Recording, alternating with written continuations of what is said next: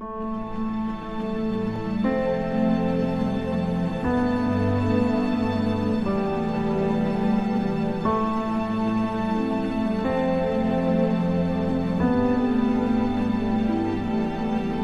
visão apocalíptica e a neutralização do adventismo. Okay? É claro que é um tema bastante abrangente, então eu dividi em subtemas. Nós vamos estar falando sobre a identidade profética da Igreja Adventista do Sétimo Dia. Eu creio que este tema que nós vamos falar hoje é conhecido da maioria de nós, que é justamente a origem da Igreja Adventista do Sétimo Dia. Nós também, durante essa semana, vamos estar falando sobre o que eu chamo de arrogância. Que tipo de arrogância diz ali? Santificado. Que existe uma diferença muito grande de ser arrogante e uma arrogância santificada em um mundo politicamente correto. Ok? No terceiro dia nós vamos falar sobre o engano do liberalismo, e quando eu falo de liberalismo, eu não estou falando de ser liberais nas ofertas a Deus, mas o liberalismo de realmente buscar um cristianismo descompromissado, né? No quarto dia nós vamos falar sobre o que eu chamo de a conversão da visão apocalíptica na Igreja Adventista do Sétimo Dia. E por fim, no último dia, na última apresentação, eu vou estar falando sobre a relevância da mensagem apocalíptica, que é a mensagem adventista no século 21, no período que nós vivemos. Antes de nós continuarmos, eu gostaria de convidar aos irmãos a se colocarem de joelhos e vamos pedir a bênção de Deus para o nosso estudo. Vamos nos ajoelhar. Nosso Pai Celestial, nós sabemos que para estudar a Tua Palavra necessitamos da iluminação do Espírito Santo. E por isso nós pedimos que neste momento o Senhor conceda a cada um de nós sermos batizados por esse Espírito.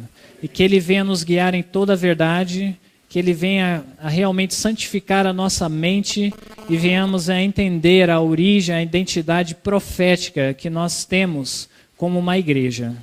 Essa é a nossa oração em nome de Jesus. Amém. Então vamos começar falando sobre a identidade profética da Igreja Adventista do Sétimo Dia. E tudo começou em Apocalipse capítulo 10, é ali que se encontra a origem profética do que hoje nós conhecemos ser a Igreja Adventista do Sétimo Dia. Okay? É claro que em Apocalipse capítulo 10 vai desde o princípio do surgimento desse movimento, muito antes de se tornar uma denominação. Okay? Nós vamos tentar, durante esse estudo, ao identificarmos a identidade profética da igreja, responder as seguintes perguntas. Qual é a razão da existência da Igreja Adventista do Sétimo Dia? Também vamos buscar a responder a seguinte pergunta. Qual é a sua utilidade? Qual a utilidade da Igreja Adventista do Sétimo Dia? Para que ela serve? Qual é o seu objetivo? Falando da razão. Por que nós existimos como igreja, como denominação? E eu acredito que o estudo de hoje vai ajudar a responder essas perguntas. É ela importante ou mesmo necessária? Será que outra igreja não poderia satisfazer o que o Adventismo apresenta ou a proposta do Adventismo no século 21? Ou seja, é necessário ter a Igreja Adventista, existir essa denominação para que o Evangelho seja pregado a todas as nações, para que Jesus possa vir a segunda vez? Ou existem outras denominações que poderiam cumprir o chamado que Deus tem para esses últimos dias de terminar a obra do grande conflito aqui nessa terra? Também nós vamos buscar responder, diz assim, será meramente mais outra denominação, o Adventismo, a Igreja Adventista, apenas um pouco diferentes das demais? Por exemplo, nós guardamos o sábado, nós temos a doutrina do estado dos mortos, nós temos algumas doutrinas peculiares. Será que nós somos a mesma coisa das outras denominações, só que um pouquinho diferente. Nós não abrimos mão de certas coisas. E a verdade é que muitas das doutrinas que nós, adventistas, consideramos peculiar à nossa igreja, outras denominações promovem essas doutrinas. Por exemplo, existe alguma denominação que promove a guarda do sábado? A santificação do sábado? Sem dúvida, os batistas do sétimo dia, né? Existe outra denominação que crê no estado dos mortos da forma que nós cremos? Existe. Os testemunhas de Jeová. Existe outros grupos religiosos que promovem o vegetarianismo estrito? Existe. O movimento da nova era. Então, nós precisamos entender qual é o propósito da igreja adventista, por que nós existimos, qual é a nossa relevância. Ou somos somente mais uma denominação um pouquinho mais peculiar, mas tanto faz, qualquer uma delas poderá cumprir a obra de Deus aqui nessa terra nos últimos dias. Eu creio que não, nós temos um propósito específico da qual não pode ser suprido por nenhuma outra igreja, mas a igreja adventista do sétimo dia. Vamos dar continuidade? Vamos tentar estabelecer a cronologia de Apocalipse capítulo 10, que eu disse que era a origem da história do movimento adventista e, por fim, da denominação adventista. O capítulo 10 de Apocalipse encontra-se justamente entre, olha só o que você pode ler aqui, a sexta e a sétima o quê? Trombeta. Eu sei que a maioria de vocês, não precisam esconder, não tem ideia do que se trata a sexta e a sétima trombeta. Não tem importância. Eu vou ajudar vocês a entenderem. Hoje vai ser o dia mais teórico. Os outros dias vão ser mais práticos, ok? Mas eu quero que vocês entendam a nossa identidade profética como igreja, como movimento. O Apocalipse capítulo 10, ele se encontra na sua Bíblia. É o que eu estou tentando dizer aqui nesta frase. Você vai encontrar o capítulo 10 do Apocalipse imediatamente depois de qual trombeta? Da sexta. E antes de qual trombeta? Da sétima. Então, se nós pudermos identificar o período que abrange a sexta trombeta e o período que abrange a sétima trombeta, nós vamos entender justamente onde se encaixa qual capítulo do Apocalipse. O capítulo 10. É isso que eu estou tentando falar para os irmãos ao mostrar essa frase aqui. A origem da Igreja Adventista do Sétimo Dia encontra-se entre a sexta e a sétima trombeta, porque é justamente onde está o capítulo 10 do Apocalipse. Olha só o que diz aqui, primeiro nesse quadrinho. A sexta trombeta abrange o período, você não precisa memorizar essas coisas, do ano, começa no ano 1449, isso a sexta. E ela vai até o ano, agora eu quero que você memorize essa data. A sexta trombeta acaba em que ano, segundo o que eu estou colocando aqui? 1840, ok? Com a queda do Império Otomano. Isso nós podemos encontrar, esses períodos da sexta trombeta em Apocalipse 9, do verso 13 ao verso 20.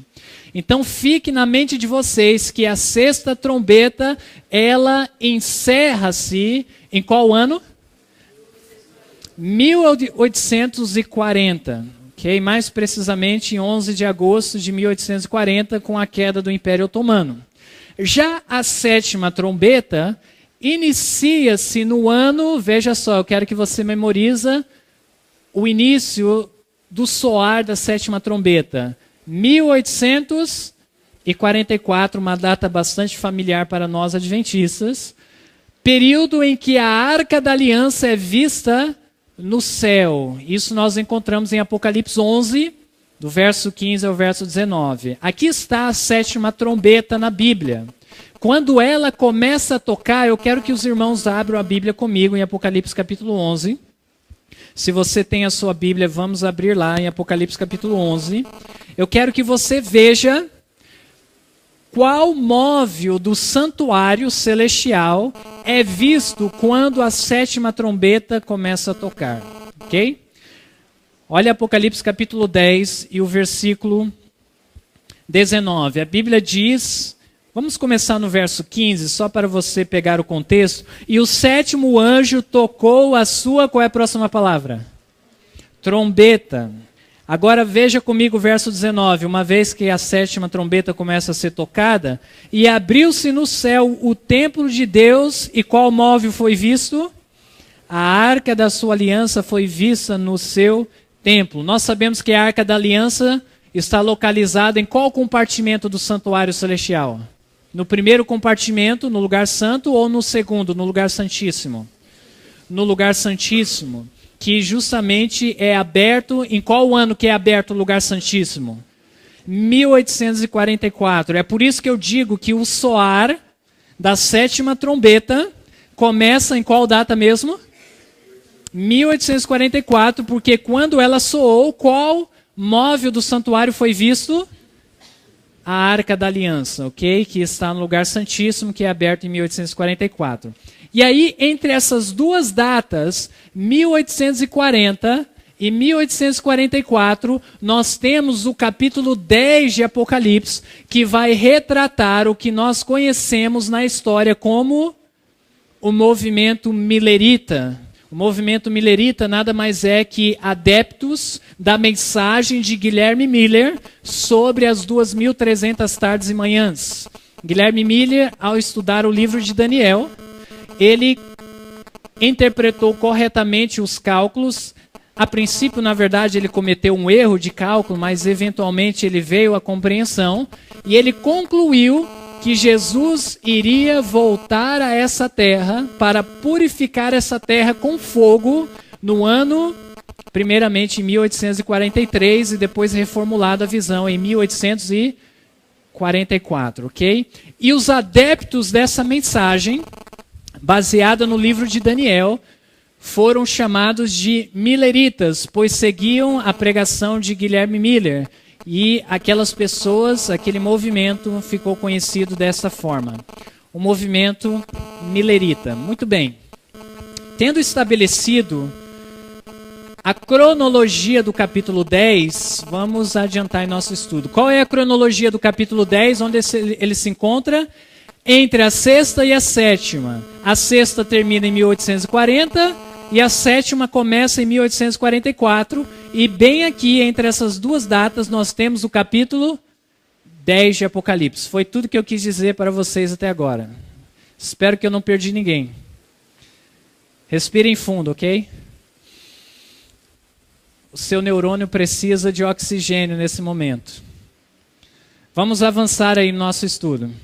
Vamos abrir agora em Apocalipse capítulo 10 e ler o versículo 1 e o versículo 2, só para nós sermos introduzidos na visão do capítulo 10 de Apocalipse. Diz assim no verso 1: E vi outro anjo forte que descia do céu vestido de uma nuvem, e por cima da sua cabeça estava o arco celeste. E aí vem a descrição do seu corpo. Olha o verso 2. E tinha na sua mão, o que ele tinha na sua mão, segundo esse versículo? Um livrinho, e ainda destaca que esse livrinho estava aberto. E pôs o seu pé direito sobre o mar e o esquerdo sobre a terra. E ele faz uma proclamação. Não é o meu objetivo mostrar na Bíblia quem é esse anjo, porque tradicionalmente nós sabemos que esse anjo representa quem? A Jesus Cristo. Ele é chamado de anjo, pois a palavra anjo significa mensageiro. Ele está trazendo uma mensagem. Ok? O Espírito de profecia também identifica esse anjo como sendo a Jesus. Diz assim: o poderoso anjo, que nós acabamos de ler aqui no capítulo 10, que instruiu a João, não era ninguém menos que quem? Jesus Cristo. Colocando o seu pé direito sobre o mar e o esquerdo sobre a terra seca, como nós lemos na descrição, mostra a parte que está desempenhando nas cenas finais do grande conflito com Satanás. Isso está em Cristo Triunfante, na página 343. Então, o que nós estamos vendo aqui é que entre 1840 há 1844, Jesus Cristo tinha uma mensagem importante para dar a essa terra, que abrangeria a terra e os mares. E essa mensagem estava contida no livrinho pequeno que estava na sua mão aberto. Ok? Vamos prosseguir então em nosso estudo. Apocalipse capítulo 10, agora o verso 8. Apocalipse capítulo 10, o versículo 8 diz da seguinte forma: E a voz que eu do céu tinha ouvido tornou a falar comigo. Isso é João escrevendo. E disse: Vai e toma o livrinho. Olha a ênfase novamente, que o livro está de que forma? Aberto. Da mão do anjo que está em pé sobre o mar e sobre a terra. E a pergunta que eu tenho para nós, antes de nós prosseguirmos, é: que livro pequeno é este? Você pode responder, não existe mistério nenhum. Estamos entre adventistas do sétimo dia. Tradicionalmente, nós adventistas interpretamos que esse livrinho pequeno é qual livro? Exatamente, o livro de Daniel. E nós podemos ter comprovações disso na palavra de Deus. É por acaso o livro de Daniel um livro pequeno, em termos de conteúdo, sim ou não? Sim, ok? Vamos dar uma olhada em Daniel capítulo 12, e no verso 4, o que tem a dizer sobre o livro que Daniel escreveu. Vamos abrir agora rapidamente em Daniel capítulo 12, e o verso 4, porque é exatamente o livro de Daniel que está na mão de Jesus, da qual João ouviu que ele deveria pegar desse livro, tomar para si esse livro. Olha o que diz em Daniel 12, o verso 4, a respeito do livro de Daniel. E tu, Daniel, fazes o quê? Encerra essas palavras e... qual é a próxima palavra? Sela este livro, o livro de Daniel. Quando a Bíblia diz que o livro de Daniel seria encerrado ou selado, o que isso significa? Será que o livro estaria selado e as pessoas, ao abrirem as suas Bíblias e passar pelo livro de Daniel, ela não conseguiria folhear o livro de Daniel? Literalmente falando? Ou é uma linguagem simbólica? Em que sentido o livro de Daniel ele foi encerrado e selado? Em termos de compreensão do conteúdo do livro. O livro de Daniel, segundo a descrição, ele foi encerrado e selado, ou seja, estava fora do alcance da compreensão das pessoas a essência do conteúdo do livro de Daniel. E não que as pessoas não poderiam folhear o livro de Daniel. Mas até quando o livro permaneceria selado ou encerrado, a compreensão estaria fora do alcance das pessoas? Dá uma olhada ainda no versículo 4, vai dizer até que período estaria selado aquele livro. Diz no verso 4, continuando a leitura, em Daniel 12, e no verso 4, e tu, Daniel, encerra essas palavras e sela esse livro até... a qual tempo? Ao fim do tempo. Muitos correrão de uma parte a outra e o conhecimento se multiplicará. Geralmente, o que nós ouvimos falar do verso 4, muitos correrão de uma parte a outra e o conhecimento se multiplicará. E a interpretação que nós ouvimos, geralmente, é que vai aumentar o conhecimento tecnológico, a invenção do avião, a invenção dos computadores, a invenção da internet, a invenção, talvez, o aprimoramento médico. Será que é isso que está se referindo contextualmente quando diz que o livro de Daniel estaria selado? A compreensão seria selada. Mas, eventualmente, no tempo do fim, muitos correriam de uma parte a outra e o conhecimento do quê? Do livro de Daniel seria multiplicado no tempo do fim. É isso que o livro está profetizando. Ou seja, as profecias de Daniel no tempo do fim não estariam mais seladas e encerradas. Estariam agora o quê? Abertas. O livro de Daniel seria aberto no tempo do fim. E é justamente o que Jesus tem na sua mão, lá em Apocalipse capítulo 10. Dá uma olhada comigo em Daniel capítulo 12 e o verso 9, que diz ali, e ele disse, vai Daniel, porque estas palavras estão fechadas e seladas até ao tempo do fim. Novamente ele repete que as pessoas não poderiam compreender essas mensagens. E aí ele diz no verso 10, muitos serão purificados e embranquecidos no tempo do fim, e provados, mas os ímpios procederão impiamente, e nenhum dos ímpios, qual é a próxima palavra? Entenderá, mas os sábios entenderão. Contextualmente, o que é que os ímpios não vão entender, mas os sábios vão entender no tempo do fim?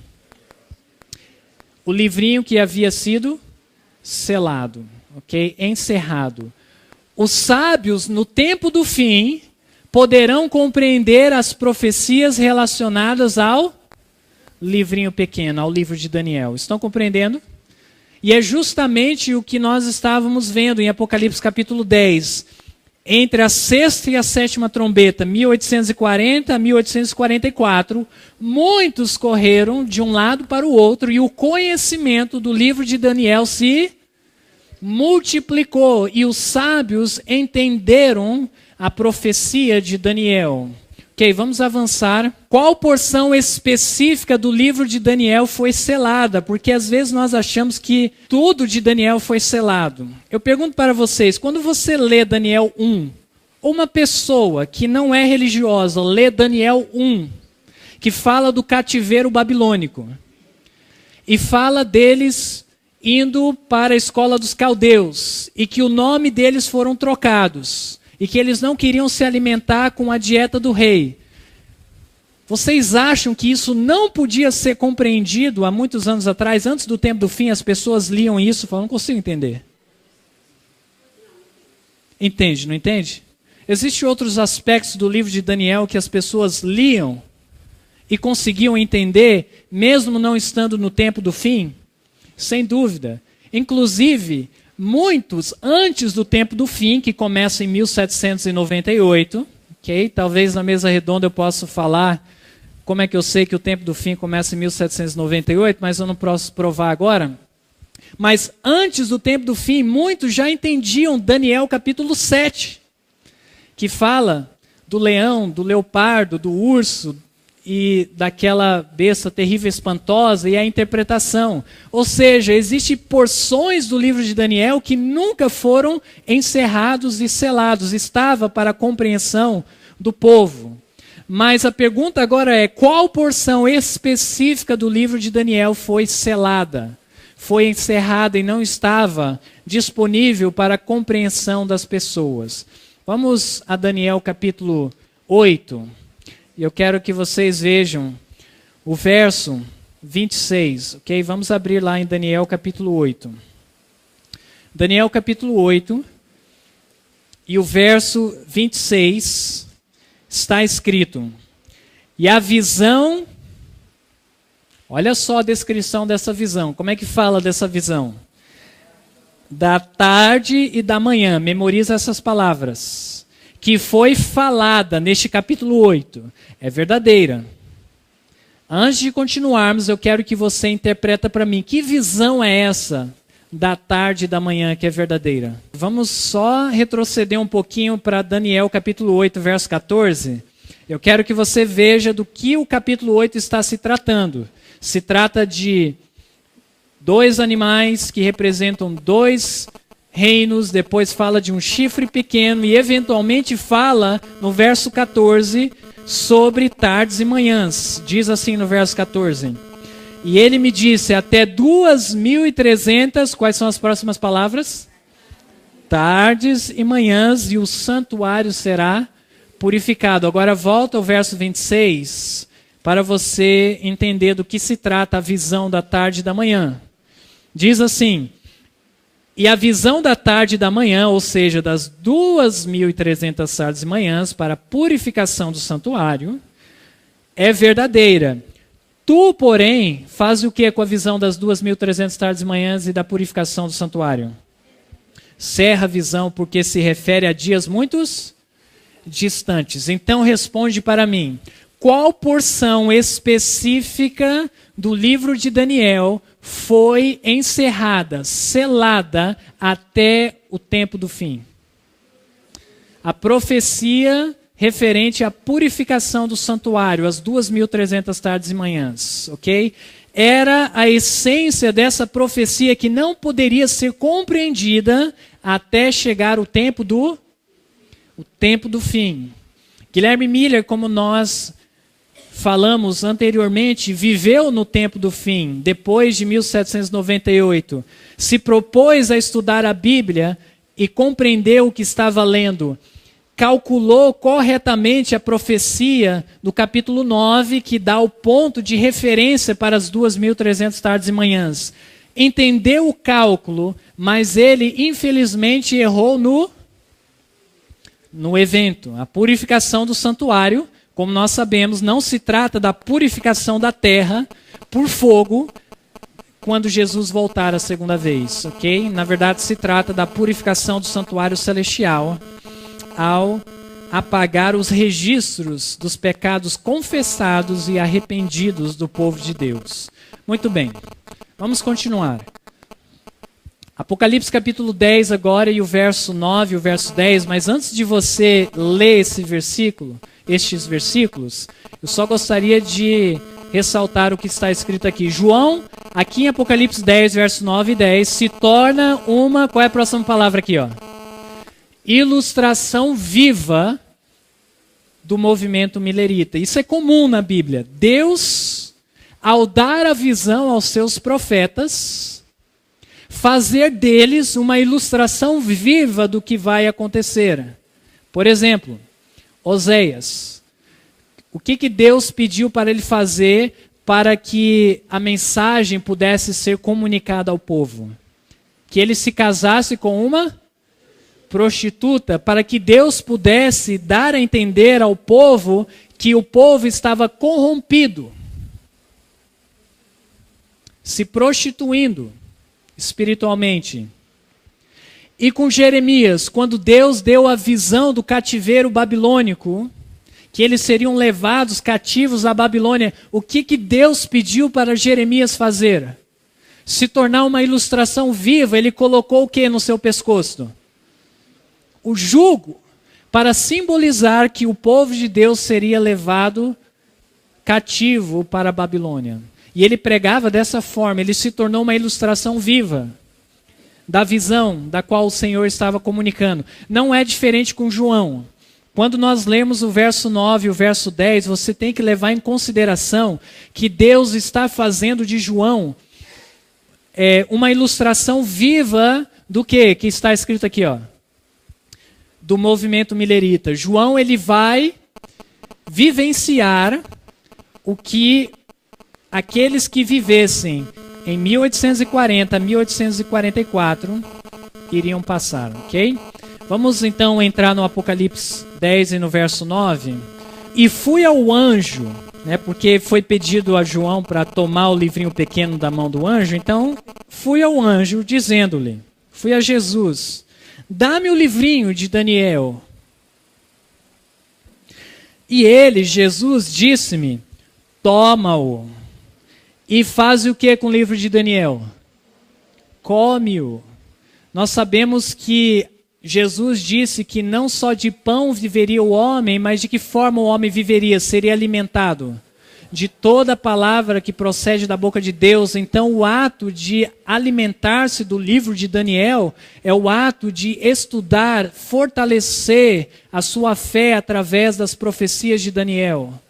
É o que aconteceu com o movimento milerita, aqueles que viveram naquela época, entre a sexta e a sétima trombeta, eles comeram o livro de Daniel, se alimentaram com aquela mensagem, se fortaleceram através daquelas profecias. E olha só o que acontece. na continuidade do verso, e ele fará amargo o teu ventre, mas na tua boca será doce como mel. E tomei o livrinho da mão do anjo e comi-o, e na minha boca era doce como mel. Quando nós falamos de algo doce, eu sei que existem exceções e algumas pessoas não gostam de doce, mas de modo geral, algo doce como mel está representando algo prazeroso ou algo desagradável? Prazeroso. Ok? Então, quando diz que o livro de Daniel, aquela mensagem, ela foi doce como mel na boca, quando eles estudaram, receberam a mensagem e proclamaram essa mensagem na boca, era doce, era prazeroso estudar, se alimentar do livro de Daniel e proclamar essa mensagem, que Jesus iria voltar em 1844. Isso trazia prazer às pessoas. Eu gostaria que vocês vissem nessa citação o prazer que Guilherme Miller sentiu quando ele estava vivendo 2 semanas antes. Quantas semanas eu falei? 2 semanas antes de 22 de outubro de 1844. Vocês sabem o que aconteceu em 22 de outubro. Foi justamente o cumprimento das 2.300 tardes e manhãs. Olha só o que ele disse. Estou quase no lar. Glória, glória, glória. Vejo que o tempo está certo. Por que ele está dizendo que eu vejo que o tempo está certo? Porque Guilherme Miller, ele havia errado. Ele estava olhando para a cerimônia da Páscoa para estabelecer o dia exato. E a Páscoa acontece na primavera, ok? Snow falou para ele, você deve olhar para o dia da expiação. A princípio ele não aceitou essa posição, mas mais adiante, faltando 2 semanas, finalmente entrou na cabeça de Guilherme Miller que a profecia da purificação do santuário estava associado a qual evento? A qual cerimônia judaica? Ao dia da expiação, que acontecia no 7º mês judaico, no dia 10, que naquele ano cairia em 22 de outubro de 1844. E é isso que ele está dizendo. Vejo que o tempo está certo. Realmente é no dia da expiação. Minha alma está tão feliz que mal posso escrever. Veja só o contentamento. É uma experiência doce como mel que ele estava vivendo? Sem dúvida. Okay. Minhas dúvidas, que eram aquelas dúvidas em relação se era para olhar para o evento da Páscoa, o dia da expiação, meus temores e todas as trevas se foram. Vejo agora que estamos no caminho certo. Realmente é no dia da expiação. Continuando. Minha alma está cheia de alegria, meu coração cheio de gratidão a Deus. Posso até ouvir alguns dizendo, o irmão Miller agora é um fanático. Muito bem.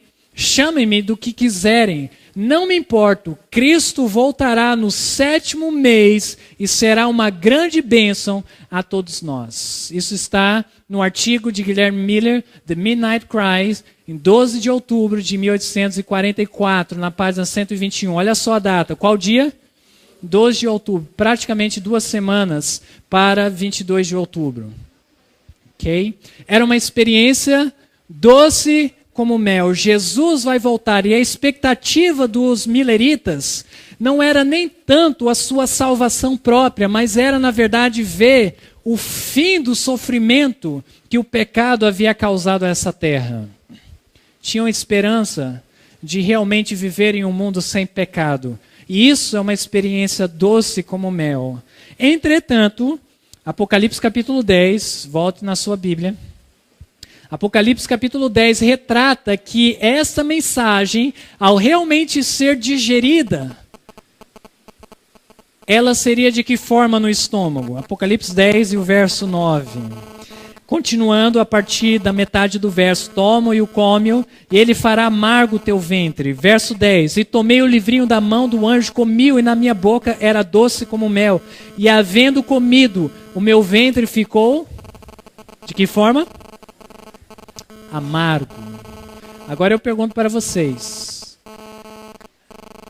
Amargo, amargura está associada a algo prazeroso ou algo que é associado à lamentação, desastre. O segundo, não é? Jesus voltou em 1844, em 22 de outubro. Eles estavam certos em relação ao evento, porque a data eles estavam. Não estavam. Houve o que nós conhecemos, o grande desapontamento.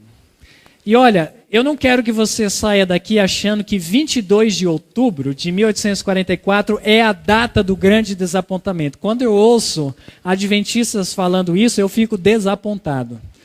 Porque 22 de outubro de 1844 houve um grande desapontamento, mas não é a data do grande desapontamento. É a data que Jesus passou do lugar santo para o lugar santíssimo, para fazer a purificação do santuário.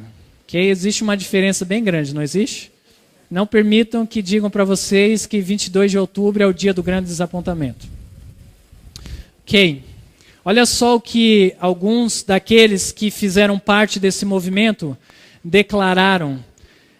Irã Edson escreveu: nossas mais ternas esperanças e expectativas foram o quê?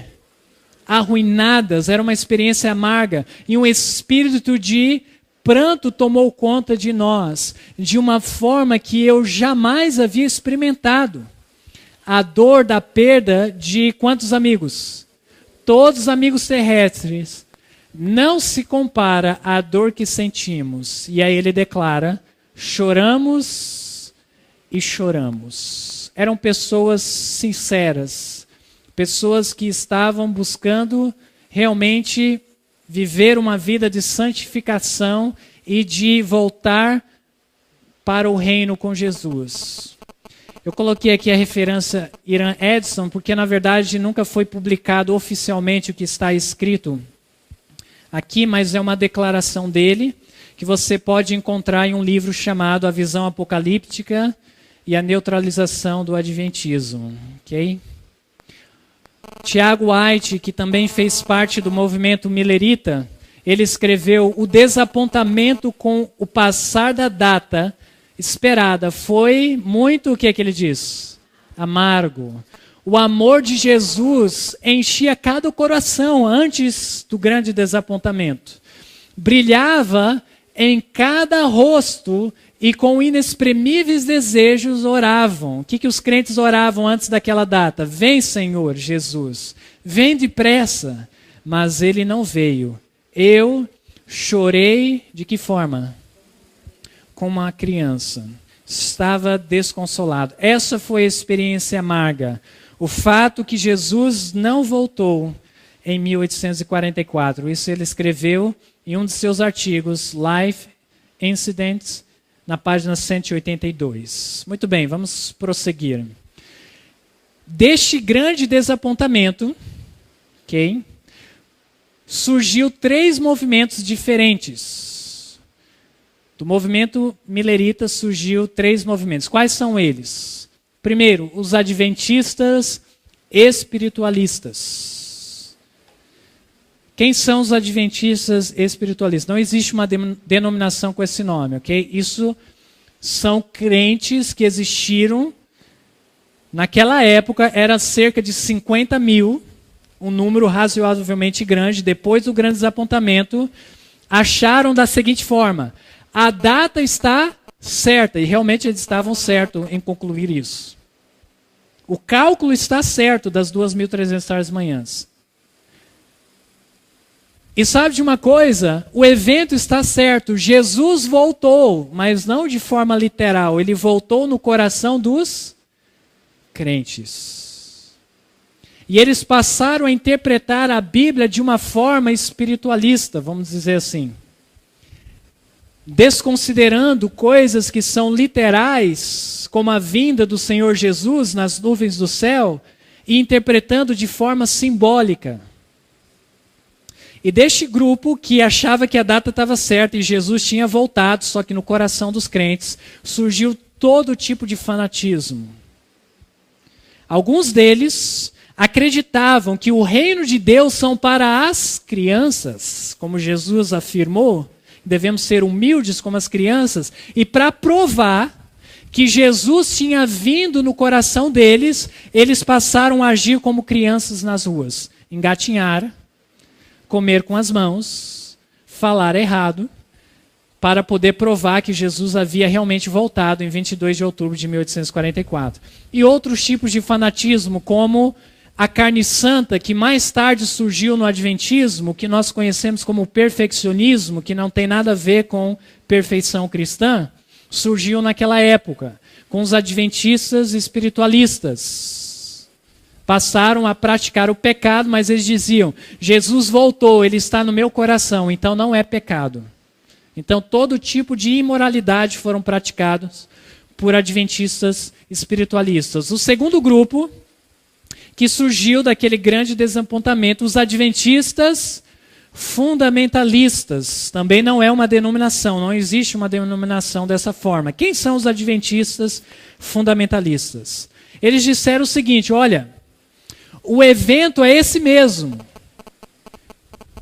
No cumprir das 2.300 tardes e manhãs, Jesus vai voltar nas nuvens do céu, de forma literal.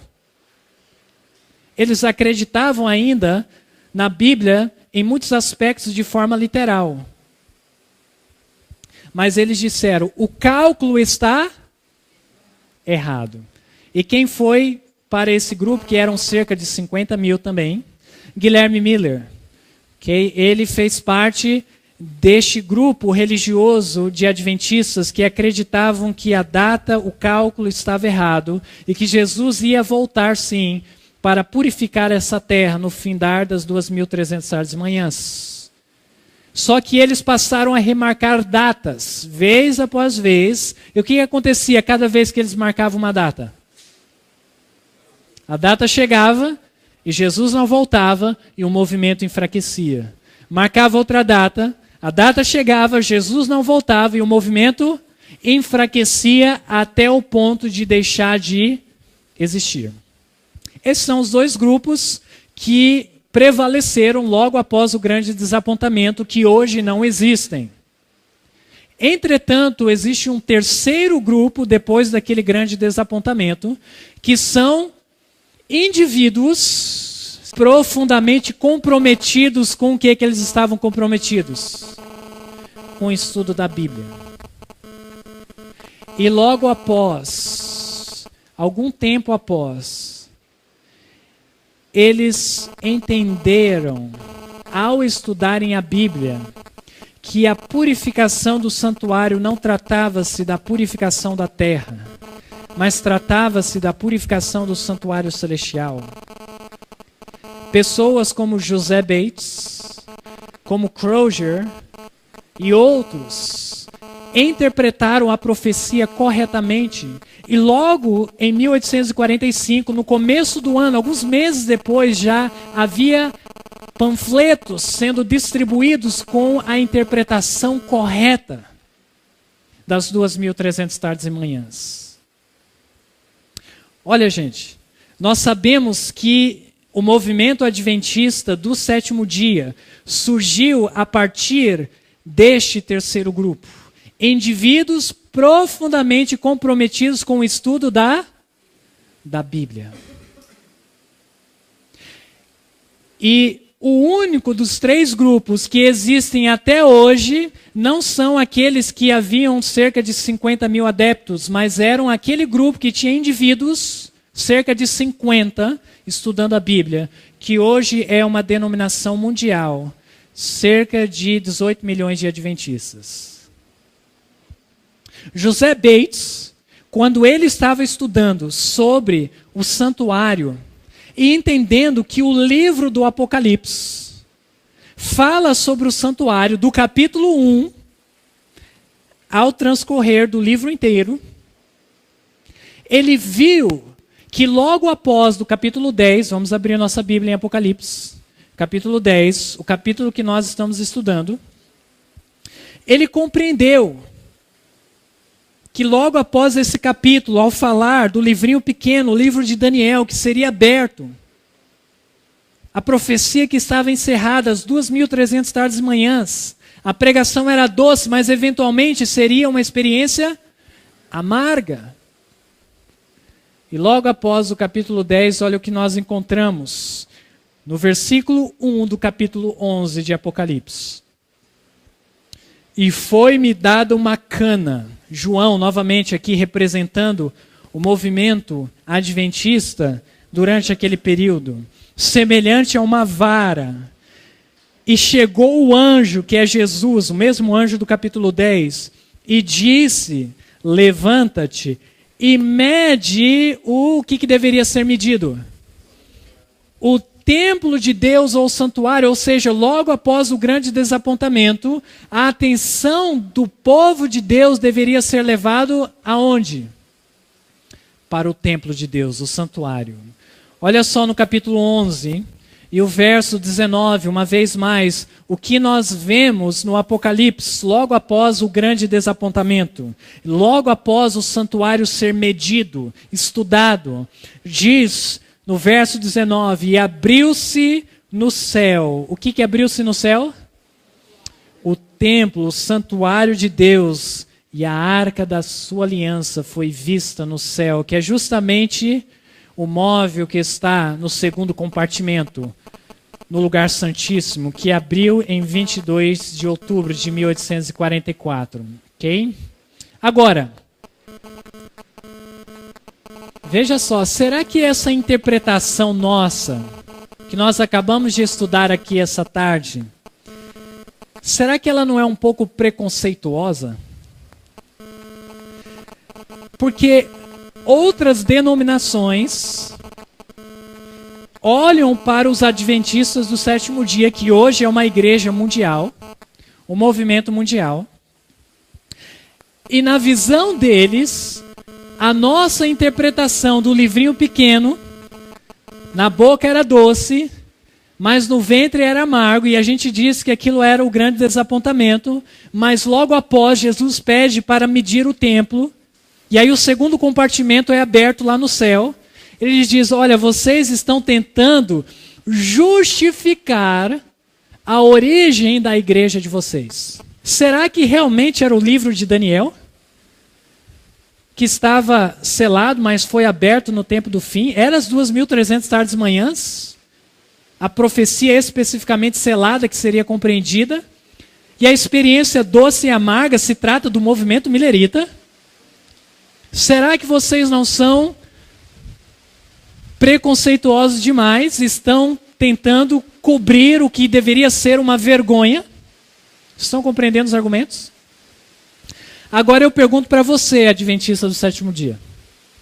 Como é que você sabe que o capítulo 10, quando fala do livrinho pequeno, e aquela experiência de doce e amargo se trata do grande desapontamento que seria restaurado quando Jesus disse, olha João, vai lá e mede o templo. Compreende a doutrina do santuário. Como é que você tem certeza disso? Eu sei que nós acabamos de estudar, mas eu quero evidências palpáveis, porque este capítulo, ou ele tem a identidade da nossa igreja, ou a nossa igreja é uma farsa, não fiquem escandalizados comigo, é um ou outro. Okay? Ou a igreja adventista realmente está sendo profetizado o surgimento dela no capítulo 10, ou essa igreja ela não deveria existir. Como é que nós temos certeza disso?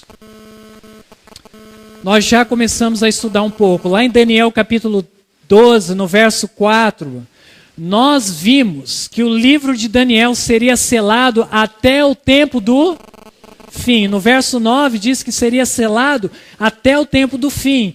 Em Apocalipse 10, verso 6, olha que o Jesus fala no verso 6 de Apocalipse 10. E é claro que isso seria só a introdução de ter certeza que realmente trata-se da experiência milerita e da reestruturação do movimento adventista. Olha o que Jesus falou no verso 6. E jurou por aquele que vive para todo sempre, o qual criou o céu, e o que nele há, e a terra, e o que nela há, e o mar e o que nele há, que não haveria mais... Qual é a próxima palavra? Ok, na maioria das Bíblias diz que não haveria mais demora. Tem alguma Bíblia aqui que diz que não haveria mais tempo? Ok, creio que não, mas na tradução King James, e se você for no original, no grego, a palavra demora poderia ser traduzido pela palavra tempo.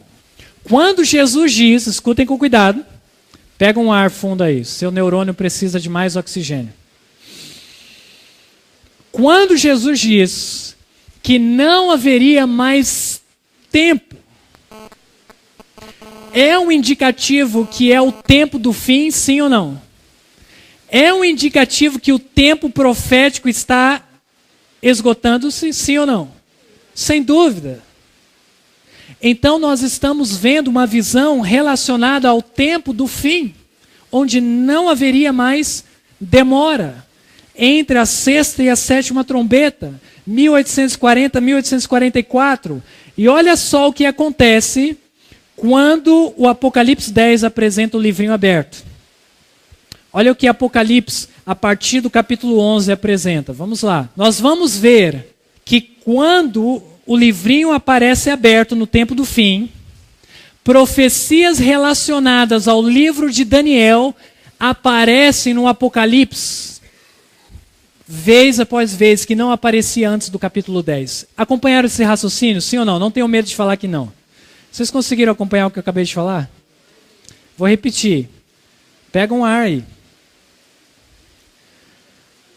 Quando o Apocalipse capítulo 10 apresenta o livro de Daniel, de que forma? Aberto. Logo após essa visão, que é o capítulo 11 em diante, os símbolos que estão no livrinho pequeno, no livro de Daniel, começam a aparecer vez após vez no livro do Apocalipse. Compreendeu? É como se fosse que, ao abrir o livro de Daniel, o conteúdo que estava naquele livro agora é transferido para o livro do Apocalipse. Compreenderam, sim ou não? Então vamos ver se é realmente verdade. Nós sabemos que a primeira vez que aparece a profecia dos 1200 dias, que são anos, foi no livro de Daniel, no capítulo 7, okay? Falando de tempo, tempos e metade de um tempo.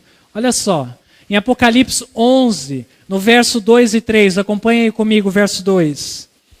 E deixe o átrio que está fora do templo, e não meças, porque foi dado às nações, e pisarão a cidade santa por quanto período de tempo? 42 meses. 42 meses são 1260 dias proféticos, ok? 3 anos e meio, ou tempo, tempos e metade de um tempo. Dá uma olhada no versículo 3. E darei poder às minhas 2 testemunhas, e profetizarão por 1260 dias. Dá uma olhada aqui no slide agora. Em Apocalipse 12. Vamos abrir em Apocalipse 12, no verso 14.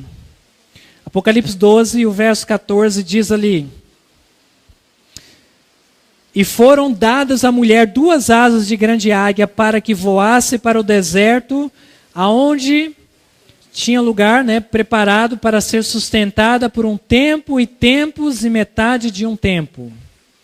Apocalipse capítulo 6 fala deste período que a igreja passou no deserto, refugiada, como sendo os 1260 dias.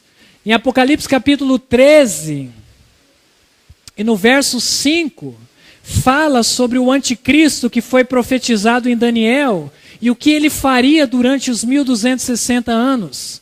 Proferiria palavras contra o Altíssimo, que seria se colocar como Deus na terra e clamar perdoar pecados.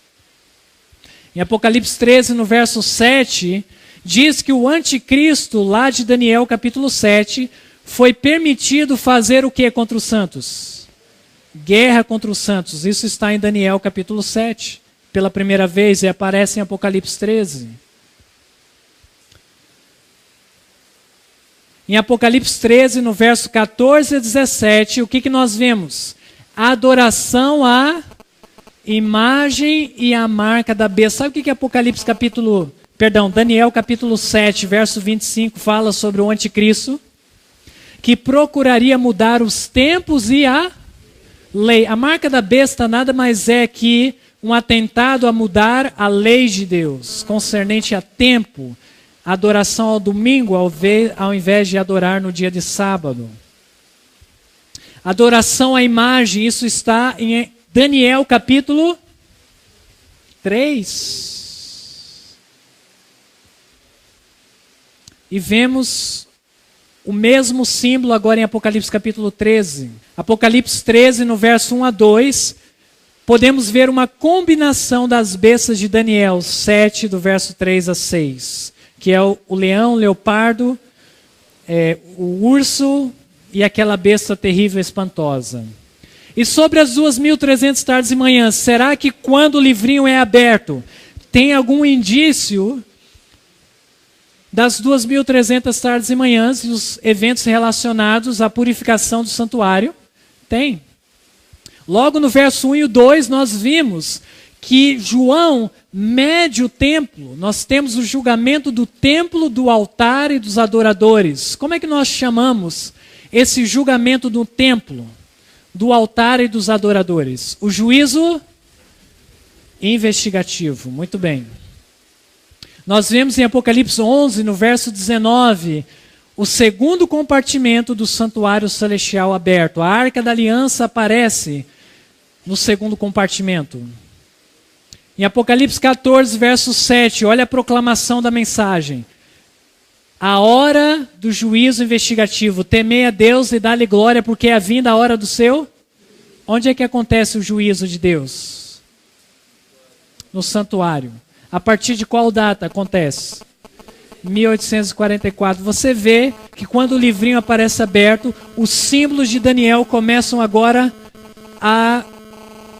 Eu não tenho a palavra... surgir dentro do Apocalipse, que não tinha surgido antes.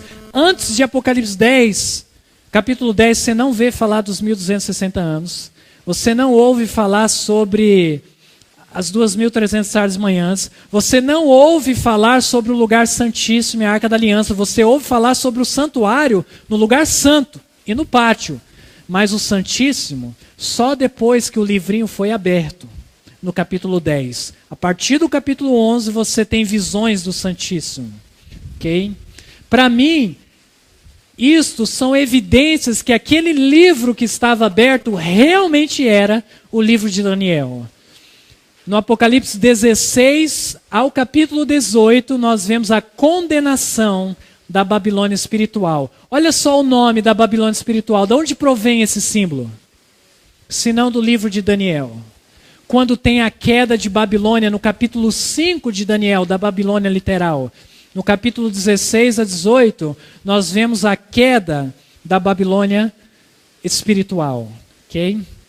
Que seria a recompensa ao finalizar o juízo investigativo para a Babilônia espiritual, o anticristo e todo o seu sistema político e religioso. Tendo acabado a introdução, vamos a Apocalipse capítulo 10, verso 11. Não se preocupe, eu estou quase encerrando. Aqui minha introdução, eu me refiro à introdução a sério, ok? Hoje foi a introdução para 5 apresentações. Foi a parte mais difícil, mais teórica. Apocalipse 10 e o verso 11. Imediatamente depois de João comer o livrinho pequeno, e na boca foi o que mesmo? Doce como mel, a pregação da mensagem, Jesus vai voltar. Mas acabou sendo uma experiência de que forma? Amarga, uma decepção, porque o evento estava errado, o cálculo estava certo. Olha só o que o anjo fala para João, que é um representante do movimento milerita, daqueles que viveram naquele período. Olha o verso 11. Que ele disse-me, logo após o grande desapontamento: importa que profetizes outra vez. Essa palavra profetizar não é profeta no sentido comum do termo, que é você ter visões. Não. No contexto, importa que profetizes outra vez, importa que vocês preguem a mensagem do livrinho outra vez. Qual mensagem específica deveria ser pregada? Aquela que estava fechada, mas foi aberta, as 2.300 tardes e manhãs, a purificação do santuário. Jesus está dizendo, irmãos, escutem isso com muito cuidado. Pega outro ar aí. Jesus está dizendo, importa que a profecia concernente à purificação do santuário celestial seja pregada outra vez. Agora, de forma correta. Enfatizando o evento correto. O cálculo estava bem, mas o evento não estava. E por isso, o verso 1 resolve o problema da questão. E foi-me dada uma cana semelhante a uma vara, e chegou o anjo e disse, levanta-te e mede o santuário. Levanta-te dessa amargura, deste desapontamento. Prega outra vez a mensagem de Daniel, mas antes, presta atenção no santuário. O verso 11 de Apocalipse 10, importa que profetizes outra vez, é o estabelecimento do movimento adventista do sétimo dia. Lembra daqueles indivíduos comprometidos com o estudo do quê? Da Bíblia, lembra deles? Eles receberam essas palavras. Importa que profetizes outra vez. Para quem deveria ser profetizado outra vez? O que diz o versículo? Há muitos povos e nações e línguas e reis. Quando você lê essas palavras, é um movimento religioso localizado em uma cidade particular nos Estados Unidos, ou é um movimento de abrangência mundial? Mundial. E quando você faz um paralelo com esse versículo, com Apocalipse 14, venha lá comigo em Apocalipse 14. Apocalipse 14, o verso 6, veja se você não consegue ver um paralelo. E vi outro anjo voar pelo meio do céu e tinha o evangelho eterno para o proclamar para quem? Aos que habitam sobre a terra e a toda nação e tribo e língua e povo, dizendo com grande voz, temei a Deus e dá-lhe glória, porque é vinda a hora do seu juízo. Você consegue ver o paralelo? E importa que profetizes outra vez as 2.300 tardes e manhãs para o mundo inteiro com a primeira mensagem angélica. Tem um paralelo ou não tem? Sem dúvida. José Bates, que foi um milerita e que entendeu a interpretação correta, ele, ao estudar o que nós estudamos, quando o adventismo ainda era alguns indivíduos, presta atenção, quando era só algumas pessoas, lá quando ninguém sabia que ia se tornar uma denominação mundial, ele, ao estudar o que nós estamos estudando, ele falou, isso aqui vai crescer. E vai abranger a terra inteira. Lá atrás ele compreendeu. Sabe por que ele compreendeu antes de acontecer? Porque ele era comprometido com o estudo da Bíblia. A igreja adventista surgiu com pessoas comprometidas a estudar a Bíblia. Jovens. Alguns de 17 anos, como a senhora White. Ou deveria dizer a menina White.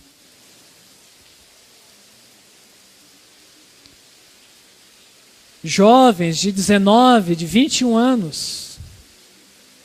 E hoje nós dizemos, para atrair os jovens, para manter os jovens na igreja, vamos deixar essas coisas de lado e vamos dar entretenimento para eles, que aí eles vão ficar. Mas sabe de uma coisa?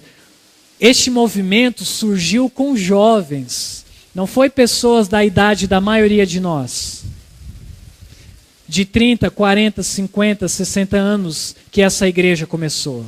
Essa igreja começou com adolescentes e adultos jovens, porque eles não queriam entretenimento, eles queriam estudar a Bíblia. Portanto, a nossa mensagem, ela é embasada na Bíblia.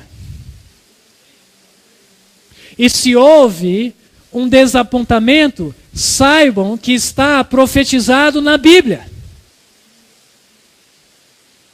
Essa é a origem profética da nossa igreja. E nós temos a missão de proclamar essa mensagem ao mundo inteiro.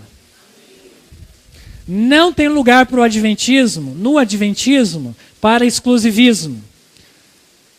Não gosto de termos, nós somos da verdade presente e a gente fica estudando aqui durante 7 dias. E aí vai cada um viver a sua vida de comprometimento com Deus e esquece do mundo que está lá fora. Não foi para isso que nós surgimos. Nós surgimos, como disse Jesus, quem estabeleceu esse movimento profético, ele disse para você, importa que profetizes outra vez.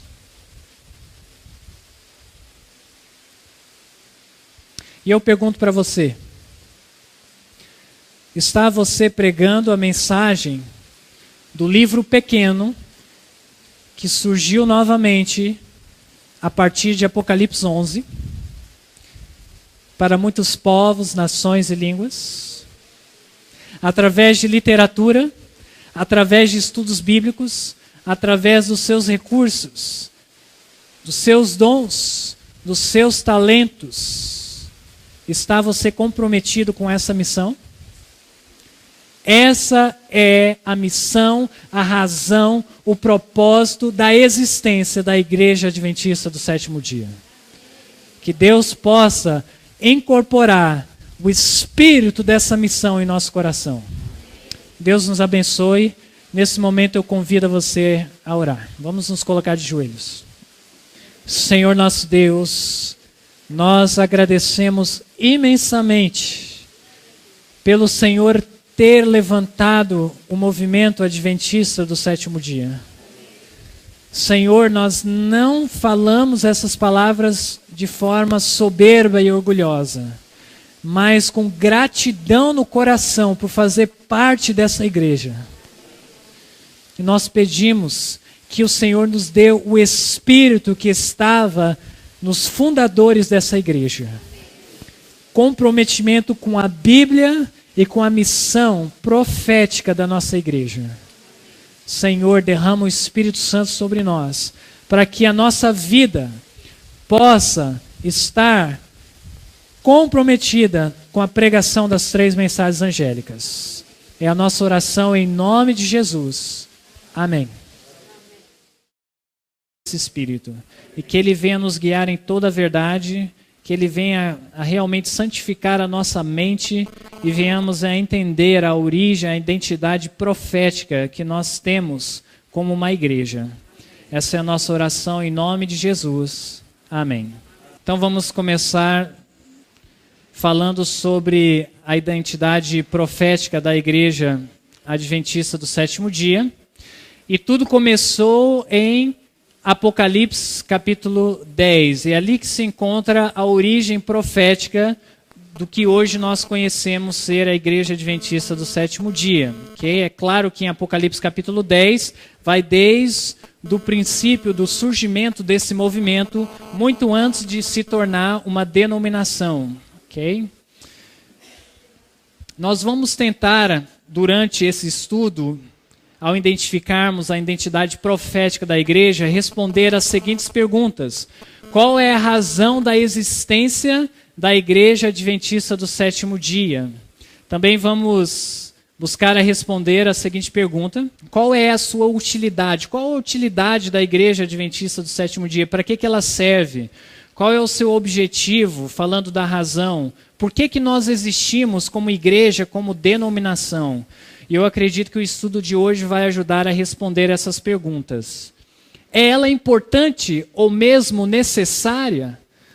Será que outra igreja não poderia satisfazer o que o Adventismo apresenta ou a proposta do Adventismo no século XXI? Ou seja, é necessário ter a igreja adventista, existir essa denominação para que o evangelho seja pregado a todas as nações, para que Jesus possa vir a segunda vez?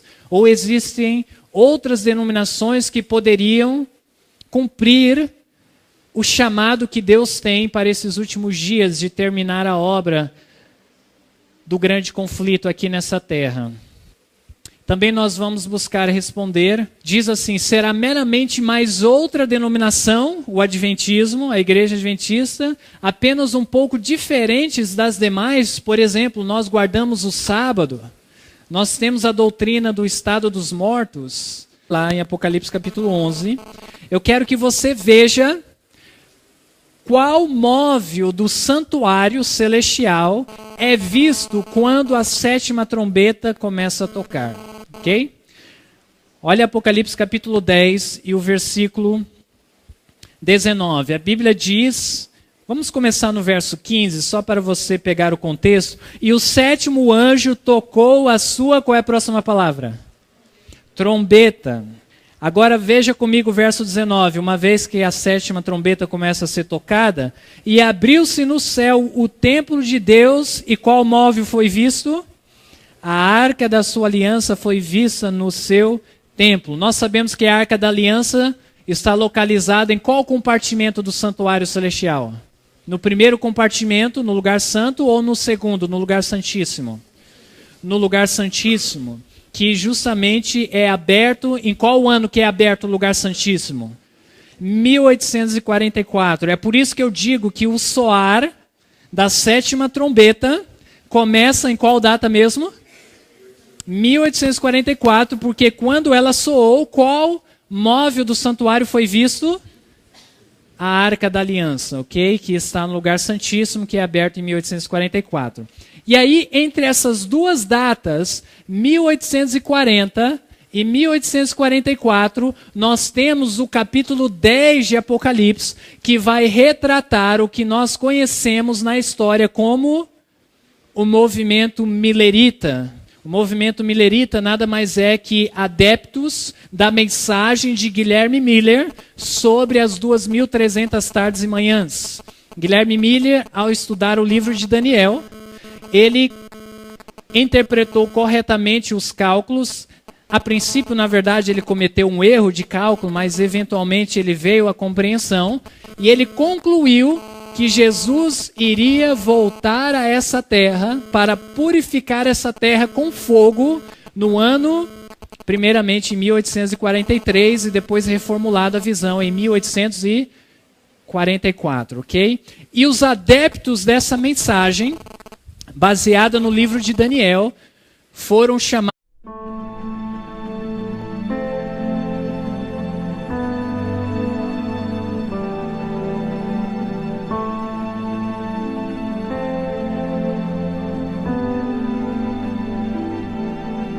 a visão apocalíptica e a neutralização do adventismo.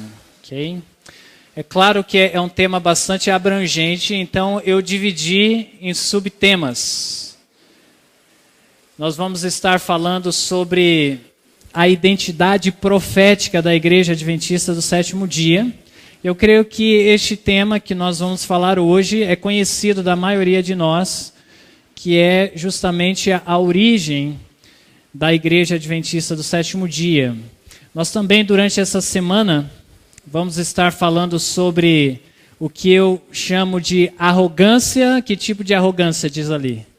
Santificado, ok? Existe uma diferença muito grande de ser arrogante e uma arrogância santificada em um mundo politicamente correto, ok?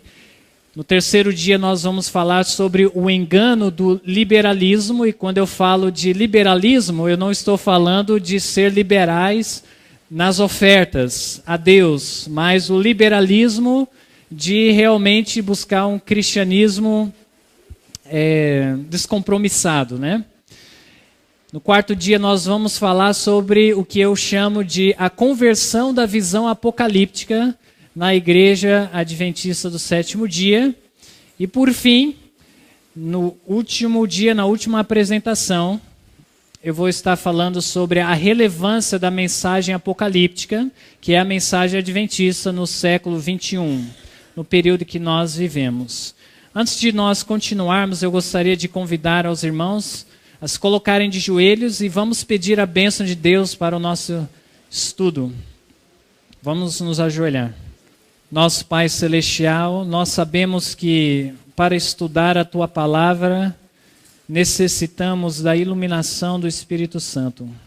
E por isso nós pedimos que neste momento o Senhor conceda a cada um de nós sermos batizados por esse. Nós temos algumas doutrinas peculiares. Será que nós somos a mesma coisa das outras denominações, só que um pouquinho diferente? Nós não abrimos mão de certas coisas. E a verdade é que muitas das doutrinas que nós, adventistas, consideramos peculiar à nossa igreja, outras denominações promovem essas doutrinas. Por exemplo, existe alguma denominação que promove a guarda do sábado? A santificação do sábado?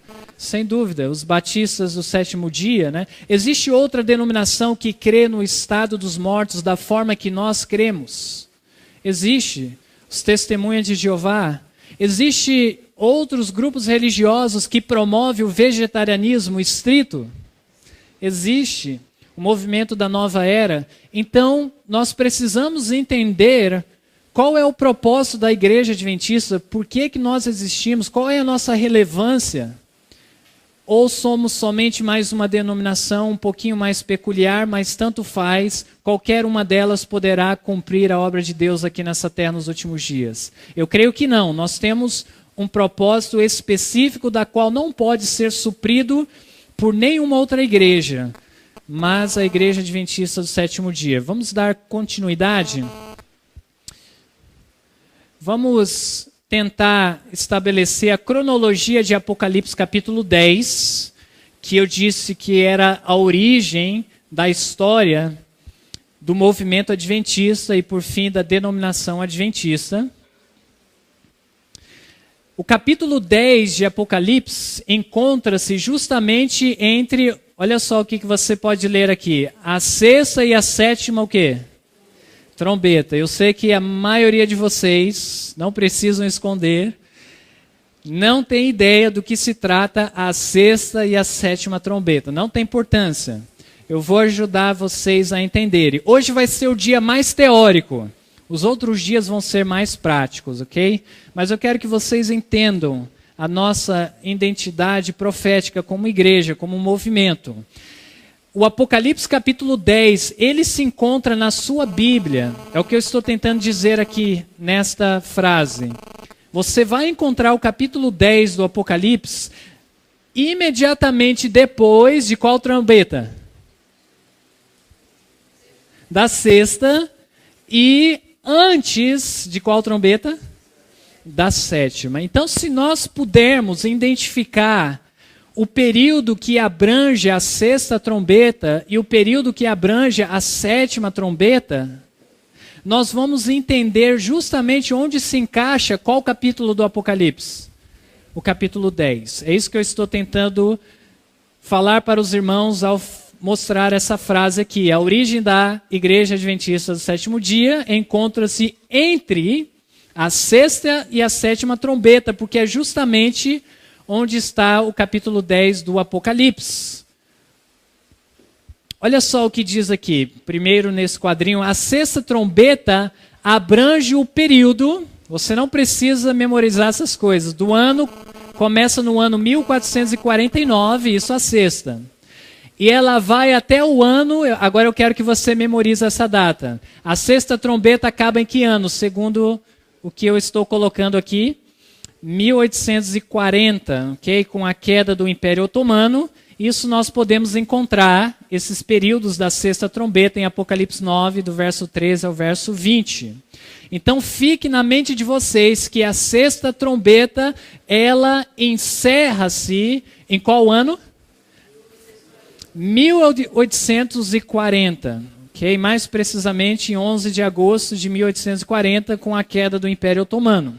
Já a sétima trombeta inicia-se no ano, veja só, eu quero que você memoriza o início do soar da sétima trombeta. 1844, uma data bastante familiar para nós adventistas, período em que a Arca da Aliança é vista no céu. Isso nós encontramos em Apocalipse 11, do verso 15 ao verso 19. Aqui está a sétima trombeta na Bíblia. Quando ela começa a tocar, eu quero que os irmãos abram a Bíblia comigo em Apocalipse capítulo 11. Se você tem a sua Bíblia, vamos abrir